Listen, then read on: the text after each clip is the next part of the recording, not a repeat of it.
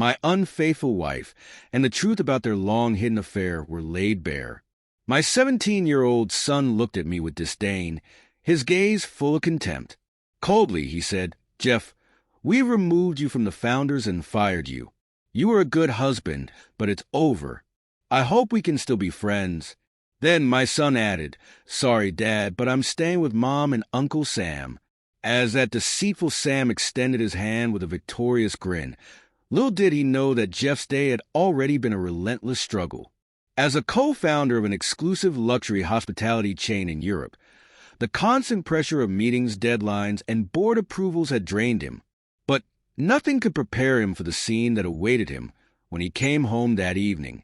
The smell of roasted lamb filled the air, oddly comforting for a brief moment. However, as Jeff entered the living room, his heart sank. There stood Sam, his childhood friend and business partner, holding Annabelle, his wife of 20 years, in a tight embrace. Her once warm eyes now appeared cold and distant. Sam smirked, his confidence oozing like venom. "Jeff, good to see you. We were just about to fill you in on something." Jeff's son, Liam, stood near the fireplace, arms crossed, eyeing him with disgust, an expression Jeff couldn't quite interpret. Annabelle then spoke, her voice sharp and unapologetic. "Jeff, we need to talk. Sam and I have been together for years now. It's time to stop pretending. Also, we've decided to remove you from the Founders Board. The others have already signed off." The words hit Jeff like a punch to the stomach. "What? This is absurd, Annabelle. I trusted you. Sam, you're like a brother."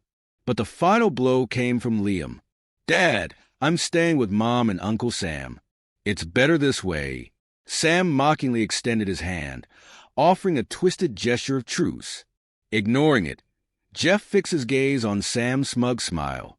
"You've won this round," Jeff thought, "but you have no idea what's coming." For weeks, Jeff's world shattered.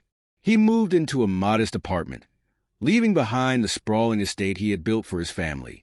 Sam and Annabelle wasted no time flaunting their relationship, hosting lavish dinners, and making headlines as a dynamic duo of hospitality. Jeff, however, avoided the spotlight, retreating into silent but determined focus. Behind the scenes, Jeff began unraveling the threads of their betrayal. Discreetly, he reached out to trusted former allies, employees, and even competitors he once viewed as rivals. Financial audits uncovered forged signatures on contracts and secret meetings. Annabelle had been siphoning funds from their joint accounts for years, while Sam had quietly bribed key board members to orchestrate Jeff's removal. While gathering evidence, Jeff also took time to reflect on his personal life. Memories of his marriage's early days haunted him, the love and trust he once shared with Annabelle. But those memories fueled his determination. This wasn't just about business. It was personal. By the second month, Jeff's absence became a topic of increasing curiosity among industry insiders. Rumors circulated, and journalists began whispering about his mysterious exit. They speculated whether Sam's growing influence would lead to corporate instability. Jeff quietly fed these speculations, anonymously providing the media with tips that hinted at questionable practices within the company's leadership. The tension reached its peak when Jeff organized a gala, pretending to introduce a prominent investor interested in expanding their luxury brand into Asia. Invitations went out to Sam, Annabelle, several board members, and influential journalists. Jeff knew Sam's greed would blind him to the trap. The gala took place in a stunning Venetian ballroom, a masterpiece of grandeur. Crystal chandeliers bathed the room in a golden glow, while soft classical music underscored the conversations of Europe's elite. Jeff, dressed in a tailored suit exuding quiet elegance, greeted the guests with calm poise. When Sam and Annabelle arrived, they were met with polite applause. Annabelle wore an extravagant emerald gown, her arm possessively draped around Sam's. Jeff approached them with a cordial smile. "I'm so glad you could make it," he said. "I thought it was time we discussed business again." Sam grinned, smug as ever. "Good to see you moving on, Jeff. Now let's meet this investor of yours." Jeff led them to a private lounge, where the investor waited. The room was minimalist yet captivating, with contemporary artwork adorning the walls and a polished mahogany table dominating the space. But Sam and Annabelle's confidence wavered the instant they stepped inside. On the table were neatly arranged piles of documents, a laptop displaying video loops and photos that painted a damning portrait of their betrayal. Emails, forged contracts, and bank transfers were all laid bare. The videos included clips of their private meetings and mocking conversations about Jeff's gullible trust. Sam's smirk vanished. "What is this?" he demanded, his voice trembling. Jeff leaned back in his chair, his face calm, but his eyes shone with satisfaction. "This is everything I've been working on while you were busy stabbing me in the back." Annabelle's complexion drained as she flipped through the documents. Emails revealed their long-term plot to oust Jeff, divert funds, and seize control of the company. Screenshots showed Annabelle's financial misdeeds, systematically draining marital assets into offshore accounts. Sam tried to muster defiance. "None of this will hold up.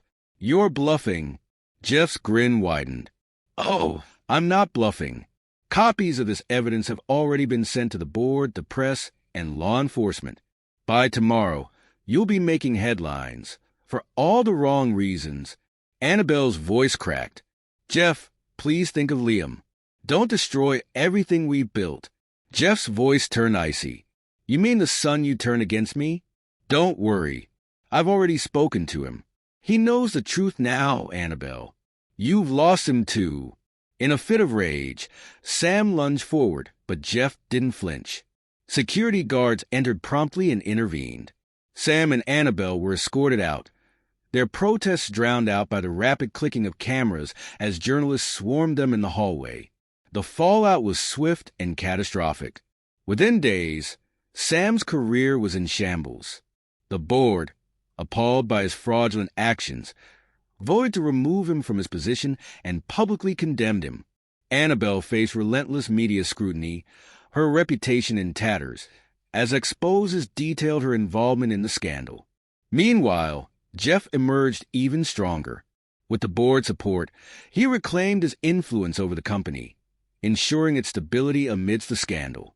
He also announced a charitable initiative redirecting funds from the company's profits to support ethical entrepreneurship, earning widespread admiration. On a personal level, Jeff began rebuilding his life.